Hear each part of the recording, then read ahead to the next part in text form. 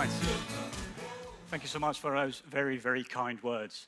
So it says on the box I'm actually an Agile coach, but actually I'd like to think I'm a social technologist. And just before we get into this, I'd like to briefly explain that. Social technology, to me, is a set of principles that is universally applicable. So I'm sure most of you are familiar with Lean or Taylorism, and Agile is quite the same. What does this mean, and why is this important? The point is there is something beyond Agile. I know most of you are in Agile transformations, and of course it is my business too. But what that means is if something new comes along, and it would be better suited to that particular time and that particular situation, I would implore you not to keep using Agile, and I might get booed off stage for this in a minute, but to use that new social technology and explore what works best for you. What I'm hoping to share with you today are some of the lessons I learned over the past 2 years. I've been involved with the Dutch police as a trainer, consultant, team coach, and I've learned many lessons myself, and I think many of these are actually applicable much more broadly than in the police. And I've also learned some valuable lessons about myself, about my own perspective on the world, and I will be sharing that with you as well. So, maybe consider, first of all, why is the police even in an Agile transformation? Why is this necessary? Well, this is no longer the face of organized crime. Maybe, yeah, not just because he died in the third movie, at least I believe it was the third. But what would you typically associate with this man? This is an interactive bit, you can shout out. Mafia. So, and what is the mafia like? You know, in all your experience you've had with the mafia? Intimidating, yes. Structured, yes, exactly. A very hierarchical organization with a single man at the top that wears a tuxedo. So I have some pretty bad news for you. This is not what the criminal organizations of this day and age look like anymore. Rather, they look something like this. The proverbial yellow pages. What do I mean by that? Well, typically, and this is not just me making this up, there's been some research in the Netherlands about this. This is probably the best description of criminal organizations nowadays. A networked organization of highly localized, specialized professionals that can simply contact each other when they need to get a job done. Interestingly, this has been of our own making. The Americans call this the kingpin strategy. We've been rather good at eliminating or jailing leaders of criminal organizations. And of course, what we've ended up with is an organization without senior leadership, which is much harder to put down. It gets worse, though. Who here has recently used the yellow pages? Or a phone book? I haven't either, right? Because what do the yellow pages look like nowadays? This is what they look like. There's a technological change going on in the criminal enterprise. So say what you want about criminals, they're an enterprising lot. You know, they see opportunities where other people don't, or really should not. And what does that mean? They are early adopters of new technology. And of course, if you are the police, you need to play catch up all the time. And imagine what this does to people working in the police. Not only do you have to deal with an organization that's much harder to tackle, but you have to also learn all sorts of new skills. You have to know how to crack phones, something that would be reserved for specialists just 5 years ago. But nowadays, even at the most basic level of criminal investigation, this is a problem that you need to know how to solve. Interesting. In other words, to take a quote from General McChrystal, it takes a network to beat a network. In order to beat these networked criminal networks, we need to become just like them. And this is why the Dutch police is involved in an agile transformation. But what does that take? Well, it takes quite a few things, and we've talked about this for a fair lot. We've talked about leadership. We've talked about this the past day, but why is it so important? I'd like to tell you, but rather I'd actually show you a video. It's a few minutes long, so bear with me if you will.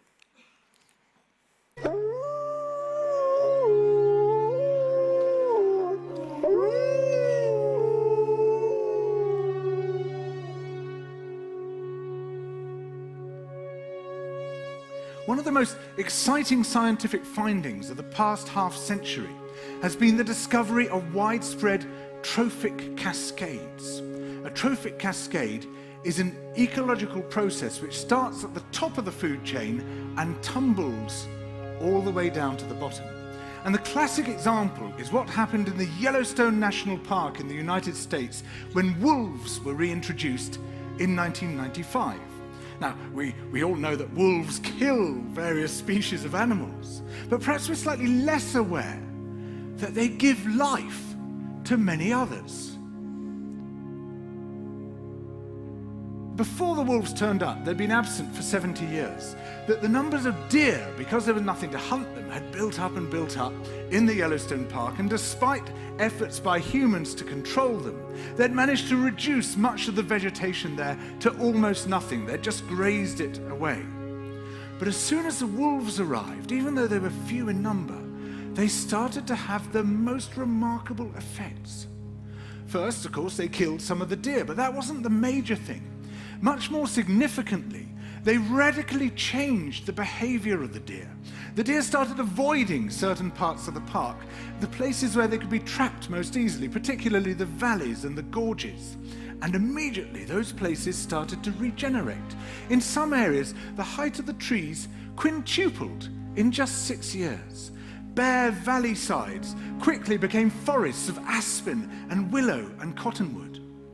And as soon as that happened, the birds started moving in. The number of songbirds and migratory birds started to increase greatly.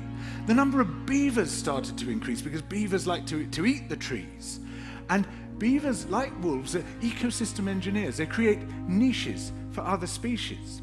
And the dams they built in the rivers provided habitats for otters and muskrats and ducks and fish and reptiles and amphibians.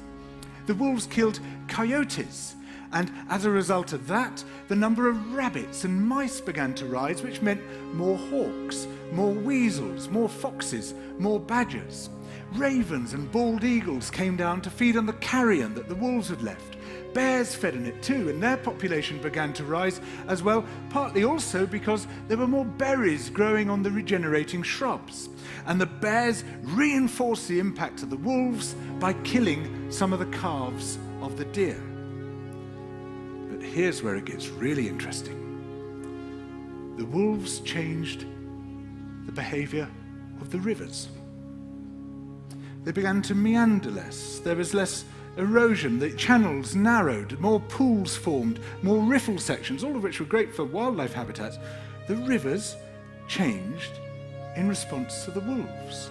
And the reason was that the regenerating forests stabilized the banks so that they collapsed less often, so that the rivers became more fixed in their course.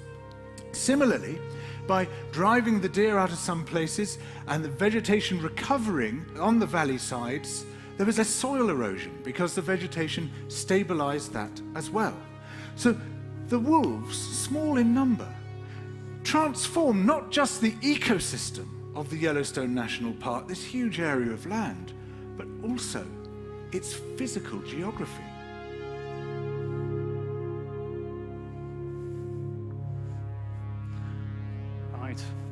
I've shown this video countless times over the years, and I often do so in training settings with people starting out their agile transformation. And I've held it up as an example of how you as an individual can make a small change to have very big results. And I'm sorry to say I've been completely wrong about that. What do I mean by that? And consider this photo, and consider wolves and what they are. And now join me on a bizarre thought experiment. Consider what would have happened if we had reintroduced not wolves, but squirrels, even in quite large numbers, to the Yellowstone Park. What would have happened? Well, that's it, right? Nothing would have happened. The point is, not all small changes are created equally. Interestingly, it's not the wolves that actually change the ecosystem. It's the behavior of the deer. But the catalyst for this behavior to change is the wolves, the senior leadership. So to me, the lesson is this. True agile transformation requires apex predators. So let's see, by show of hands, are there any apex predators in the room here? Who feels happy about this? Who feels happy to admit this? You also? Excellent. Yeah. Might not be one. All right.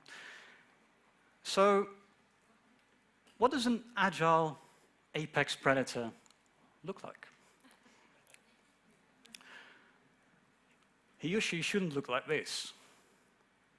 Who still has some of these in their organization? Who's sitting next to their boss and doesn't want to admit it? Dinosaurs, my son loves them.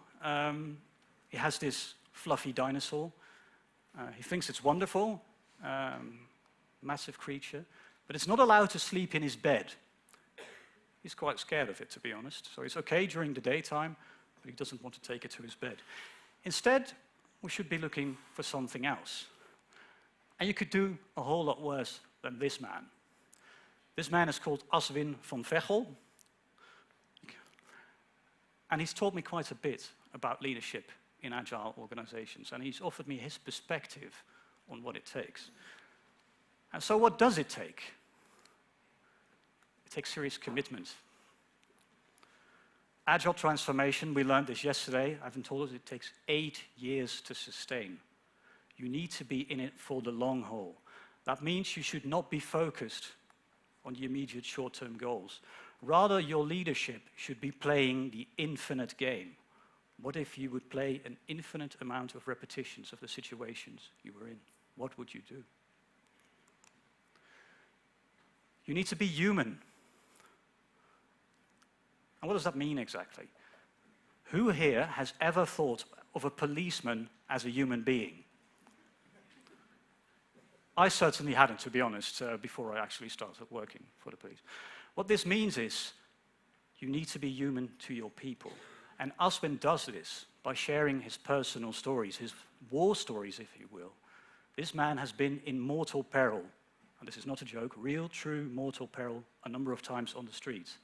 He likes to share, well, doesn't like to share this story, but he shares this story with these people.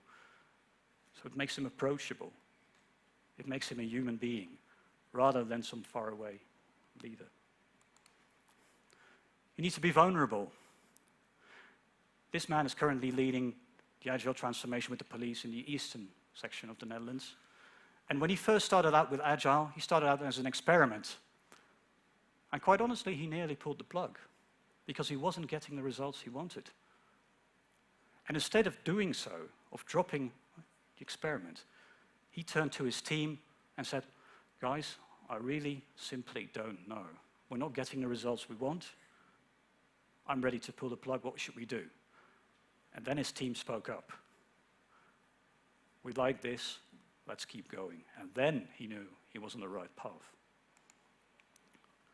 And of course, quote by Gandhi, be the change you want to see. You cannot expect your team to work in an agile way if you're not willing to walk the walk yourself. And this is one of the tougher ones. Be a decider. What does that mean? Agile often looks quite warm and fluffy, lots of colorful post-its.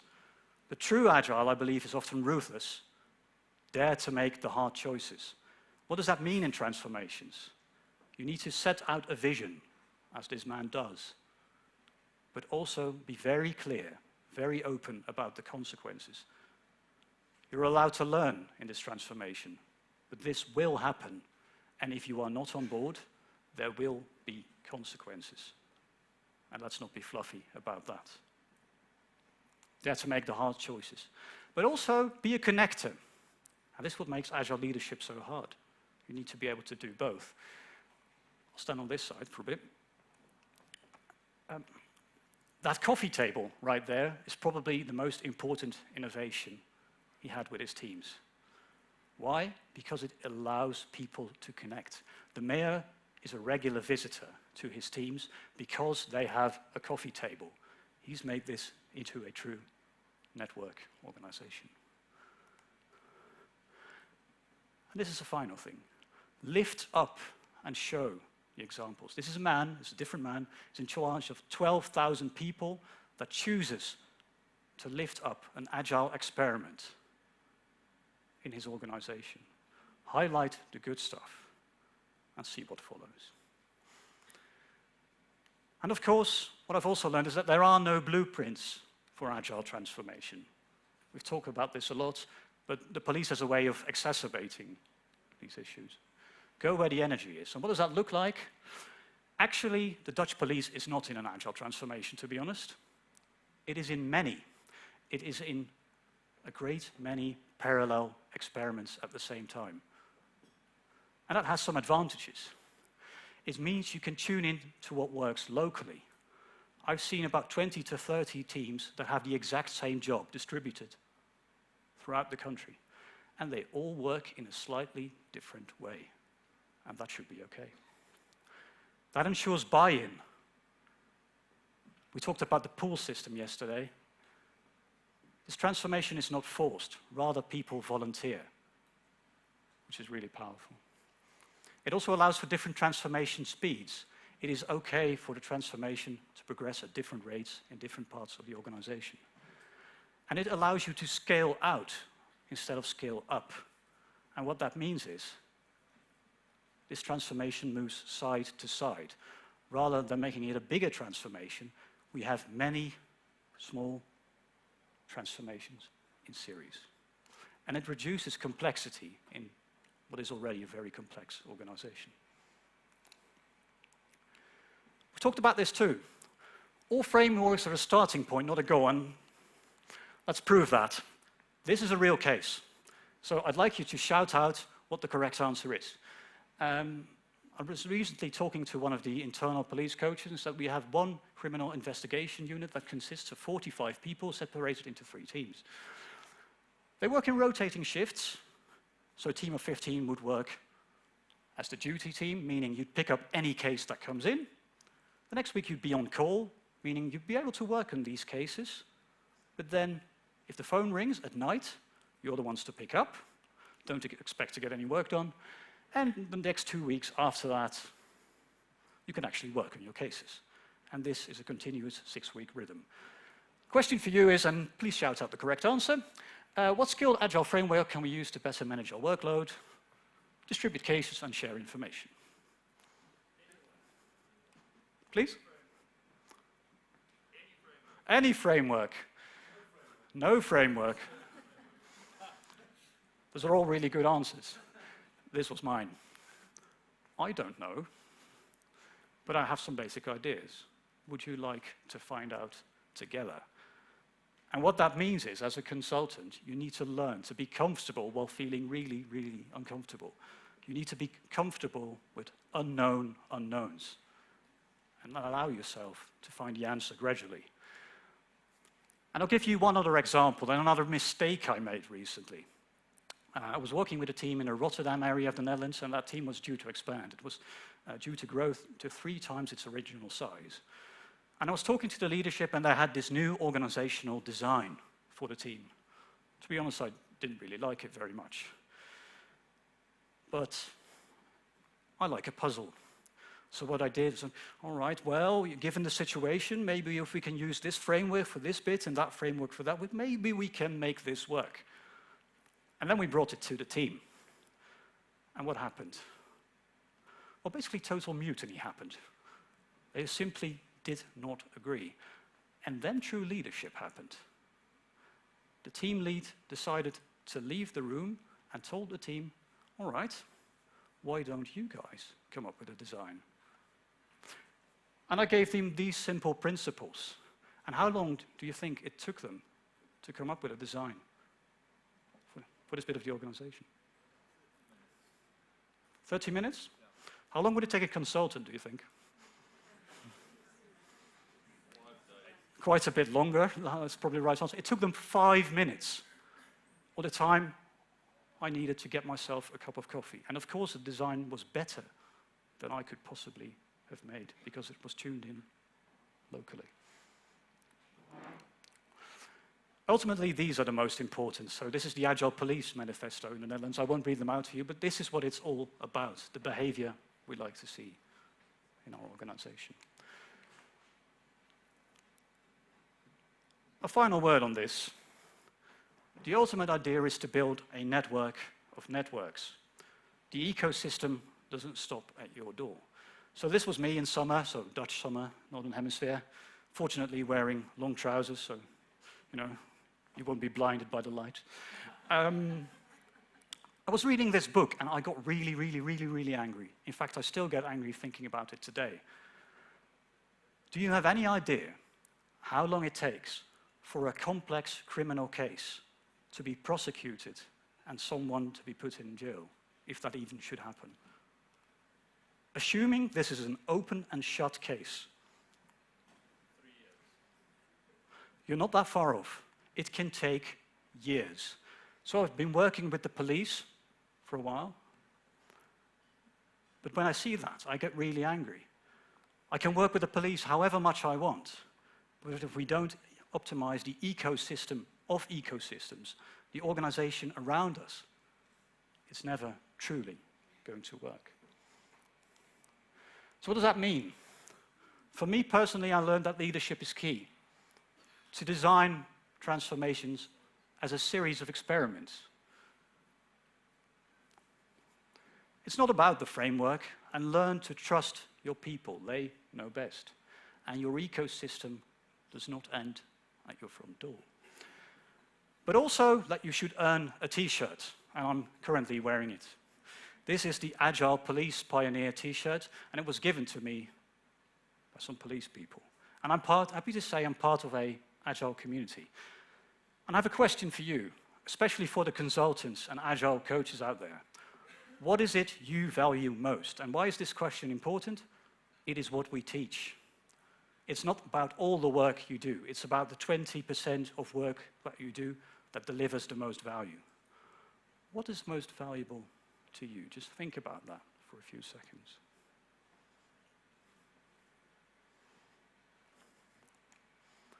This is what is most valuable to me. This is my son, he's 2 years old, and the greatest worry he has in life is whether he gets to wear his tiger suit today. He does get to wear it over the weekend, but maybe not during weekdays. He's also into police cars. Might have had something to do with that. What is the point here? If this is what is truly most important to me, then what should I be working on? I've worked with many organizations, but I'd like to invite you to consider this for yourself. Are you, as an Agile coach, as a consultant, are you delivering value that is the most important to you? Because quite frankly, we could do with some support. We need your help. And I think your local police needs your help. So please go out there and get yourself one of these t-shirts. Thank you.